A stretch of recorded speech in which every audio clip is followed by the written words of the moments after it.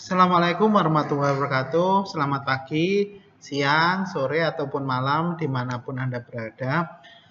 Pada perkuliahan kali ini saya akan menjelaskan materi tentang analisa rangkaian listrik arus searah. Oke, sesuai dengan outline materi yang sudah kita sepakati di awal bahwa ini sudah masuk ke pokok pembahasan yang kelima, yaitu tentang analisa rangkaian listrik arus searah. Capaian pembelajaran pada perkuliahan kali ini yaitu di mana mahasiswa akan dapat melakukan penyederhanaan rangkaian listrik, kemudian dapat menghitung rangkaian pembagi tegangan, dan yang terakhir yaitu dapat menghitung arus total dan tegangan total pada suatu rangkaian listrik dengan sumber tegangan, dengan satu sumber tegangan ya. Oke.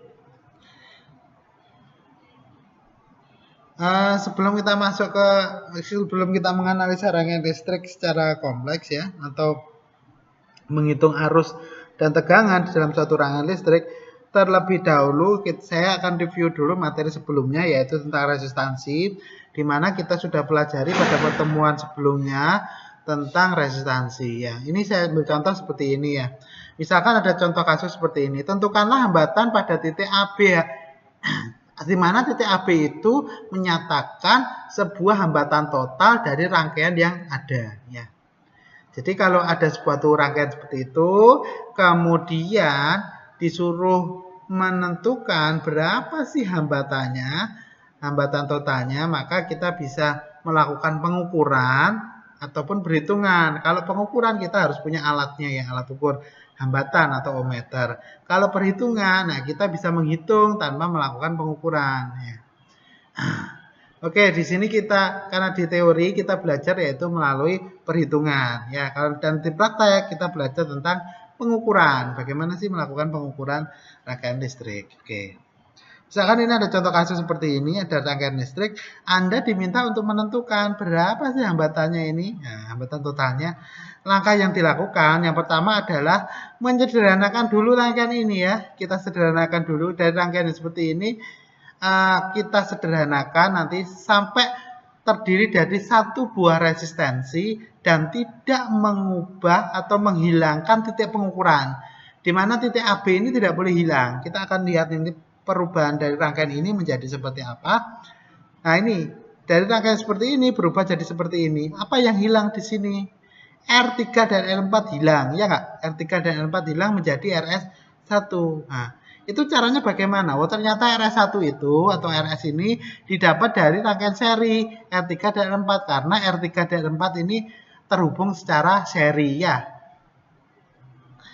Apa cirinya kemarin rangkaian seri? Seri itu adalah apabila salah satu dari kaki komponen itu saling terhubung. Salah satu, bukan salah dua.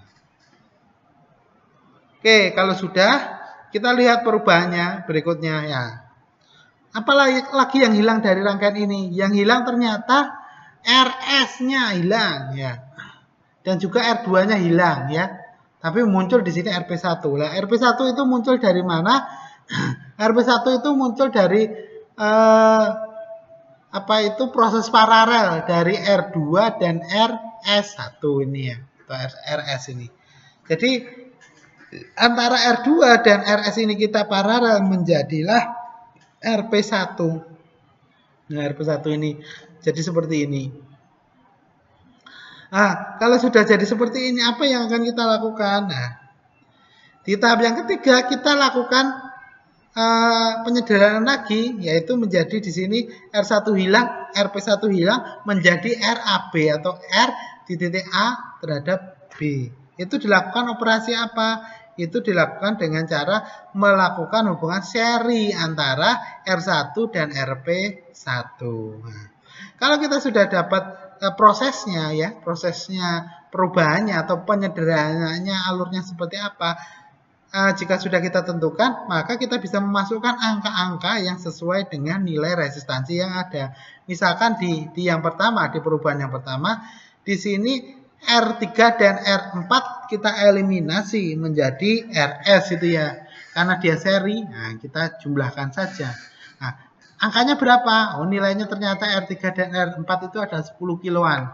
Nah, maka dari situ RS itu ada 10 kilo plus 10 kilo sama dengan berapa? 20 kilo. Nah, ini 20 kilo. RP1. Nah, RP1 berapa nilainya? RP1 itu merupakan hasil eliminasi atau hasil dari memparalelkan antara R2 dan RS ya. Nah, jika kita paralel 20 kilo dengan 20 kilo ya seperti biasa rumusnya bisa 1/R2 plus 1/RS atau R2 kalikan RS per R2 plus RS. Jadi bisa punya dua rumus di situ ya. Terserah nanti Anda mau pakai yang mana. Jadi bisa pakai rumus ini kalau ini paralel. Paralel bisa dituliskan seperti ini ya simbolnya. Kalau seri bisa seperti ini. Nah, untuk ini bisa digunakan rumus ini. Jadi RS itu RS 1 bisa RS dikalikan R2 ini untuk paralel ya. Dibagi ya RS plus R2. Nah, ini sama dengan apa? RP1. Nah, ini. Maka kalau Anda masukkan angka-angka di sini ketemulah dia 10 kilo. Oke, kemudian yang ketiga ini kita lakukan hubungan seri ya antara R1 dengan RP1. Angkanya juga sudah ada di situ, kita tinggal masukkan 10 tambah 10 sama dengan 20 kilo. Jadi rangkaian yang kompleks seperti ini itu bisa digantikan dengan satu buah resistansi yang bernilai 20 kilo ohm. Nah, ini sebagai cikal bakal dari perkembangan teknologi yang berkembang saat ini. Contohnya dari HP gitu ya. HP dulunya besar, lama-lama jadi kecil. Komputer dulu juga ukurannya sangat besar, sekarang menjadi kecil. Nah, ini peran dari penyederhanaan rangkaian itu. Mengapa jadi semua perangkat elektronik semakin lama itu bukan semakin membesar, tapi semakin mengecil. Tapi dengan fungsi yang sama atau fungsi yang lebih baik lagi. Oke, gitu. Oke, kita lanjutkan, Mbak. Nah, kalau tadi yang ini adalah kita melakukan analisa atau penyederhanaan rangkaian listrik di mana rangkaian tersebut tidak mempunyai tegangan ya, tidak mempunyai sumber tegangan. Nah, bagaimana kalau suatu rangkaian listrik itu ada sumber tegangannya? Bagaimanapun juga yang namanya rangkaian listrik itu pasti terdiri dari komponen dan juga sumber tegangan, itu pasti ada ya. Kalau tidak ada sumber tegangannya ya seperti kita punya HP tapi nggak ada baterainya gitu ya, nggak berfungsi apa-apa gitu ya. Oke, ini rangkaian listrik. Ini contohnya ya, contoh rangkaian listrik yang sederhana ya, terdiri dari beberapa komponen dan sumber tegangan. Nah, di sini contoh kasusnya apa? Anda disuruh menentukan arus total pada rangkaian ini, arus totalnya. Nah, untuk menentukan arus total, apa yang harus kita lakukan? Di sini dari rangkaian ini harus kita ubah dulu atau kita sederhanakan menjadi satu buah resistansi saja dan juga satu buah sumber tegangan. Nah, baru nanti kita gunakan hukum apa di situ? Hukum Ohm ya, hukum Ohm itu. Karena hukum Ohm bunyinya adalah apa? Atau persamaannya hukum Ohm I adalah V per R ya. Jadi arus itu adalah tegangan dibagi dengan hambatan. Ya, berdasarkan rangkaian gitu. Oke. Langkah penyelesaiannya bagaimana? Langkah penyelesaiannya yang pertama itu sederhanakan rangkaian sampai menjadi satu buah resistansi ya. Atau kita namakan RT nanti. Yang kedua, gunakan persamaan rangkaian seri atau paralel untuk menyederhanakan rangkaian. Oke. Kalau sudah, gunakan hukum Ohm untuk mencari tegangan atau arus yang belum diketahui ya. Nah, hukum Ohm ini nanti akan kita gunakan manakala sudah ditentukan yang namanya resistansi totalnya. Nah, rangkaian seperti ini ekuivalen dengan satu buah resistansi yang nilainya berapa, seperti yang tadi. Nah, oke. Oke, saya coba selesaikan di sini. Saya ambil contoh ya. Langkah pertama ya sama dengan yang tadi ya, kita sederhanakan dulu. Ini yang bisa kita seri-seri, kita paralel ya. Tanpa menghilangkan titik pengukuran ya. Kalau yang tadi kan tidak ada sumber tegangannya, sekarang kita beri sumber tegangan. Oke, seperti ini. Nah, dari proses ini ketemulah satu buah resistansi saja yang kita sebut dengan resistansi total atau RT ya. RT itu adalah tegangan sumber dibagi resistansi total. Di mana besarnya hambatan arus total atau IT itu ada dapat dari V per R. V-nya adalah tegangan, R-nya adalah hambatan. Kalau di sini adalah arus total, maka tegangan sumbernya adalah tegangan sumber total atau VS itu. Kemudian hambatannya adalah hambatan total atau resistansi total. Nah, dari situ kita masukkan aja angka-angkanya 20 volt dibagi 20 kilo. Itu sama dengan berapa? 1 ampere bukan ya, karena di situ yang resistansinya satuannya masih kilo ohm ya. Harus kita rubah dulu menjadi ohm ya. Nah, jika sudah kita ubah maka arus totalnya itu ketemu dengan angka 1 miliampere ya. Oke, gitu. Nah, kemudian nanti latihannya Anda coba di sini nanti selesaikan. Rangkaiannya kok rumit kayak gini ya, beda dengan yang latihan, yang contoh soal tadi ya. Kalau latihan memang harus seperti itu ya, tidak seperti contoh ya. Nah, soalnya di sini apa? Anda disuruh menentukan arus atau I rangkaian di bawah ini. Arusnya ini loh. Nah, ini dicari berapa sih besarnya. Kalau di sini I-nya termasuk I apa ini? I total di sini. Nah, yang dekat dengan sumber itu mesti total. Entah itu ditaruh di atas ataupun taruh di bawah sama ya. Nanti. Jadi arus kalau belum melalui titik percabangan itu pasti nilainya sama seperti yang kemarin ya saya jelaskan itu ya. Jadi arus dalam rangkaian seri nilainya sama. Jadi arus yang mengalir di sini masih sama. Nah, kalau sudah lewat titik percabangan, nah ini mungkin beda. Ya ini pasti berbeda. Nah, cara menyelesaikannya ini bagaimana? Ya ini harus disederhanakan dulu. Rangkaian yang kompleks seperti ini disederhanakan dulu sampai menjadi satu buah resistansi, satu buah sumber tegangan. Baru nanti bisa ditentukan berapa sih arusnya menggunakan hukum Kirchhoff. Menggunakan hukum Ohm. Oke, itu seperti itu ya langkah-langkahnya nanti. Kemudian yang berikutnya, nah, berdasarkan gambar rangkaian di bawah ini tentukanlah tegangan pada titik AB. Nah, ini tegangannya. Kalau tadi suruh mencari arus, ini tegangan. Tegangan pada titik AB, cara nyarinya bagaimana ini? Arusnya sudah lewat titik percabangan, ini bukan arus total ya. Kalau di sini masih bisa ya arus total ya. Tapi kalau sudah lewat titik percabangan, pasti mempunyai nilai yang berbeda.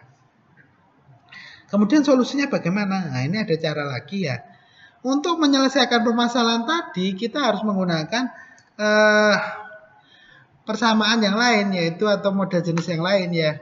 Ini sebelum ke sana, saya akan jelaskan dulu tentang rangkaian pembagi tegangan. Apa itu rangkaian pembagi tegangan?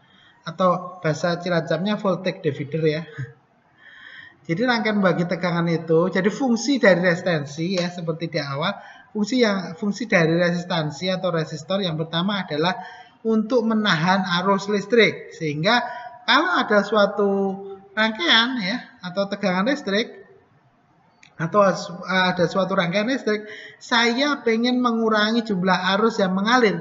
Saya gunakan resistansi. Saya naikkan saja resistansinya supaya arusnya turun. Nah, itu fungsi dari resistor. Kemudian fungsi resistansi yang kedua yaitu membagi tegangan. Nah, ini kita pakai di sini. Jadi tegangan itu bisa dibagi, misalkan seperti ini contoh kasusnya. Saya pengen tegangan 5 volt. Nah, padahal sumber tegangan yang ada 12 volt itu bagaimana caranya? Nah, itu kita bisa menggunakan resistansi untuk membagi tegangan itu agar didapat tegangan 5 volt. Bagaimana caranya? Ya, ini persamaannya seperti ini.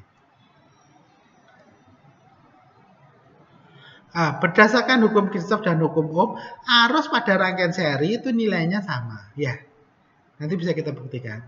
Arus itu di dalam rangkaian seri itu nilainya sama. Sedangkan tegangan dalam rangkaian paralel nilainya sama. Maka kalau ada contoh kasus seperti ini ya, bahwa bisa saya ambil persamaan bahwa arus total IT itu sama dengan IR1 ya. I pada R1 di sini sama dengan IR2, I pada R2 ya.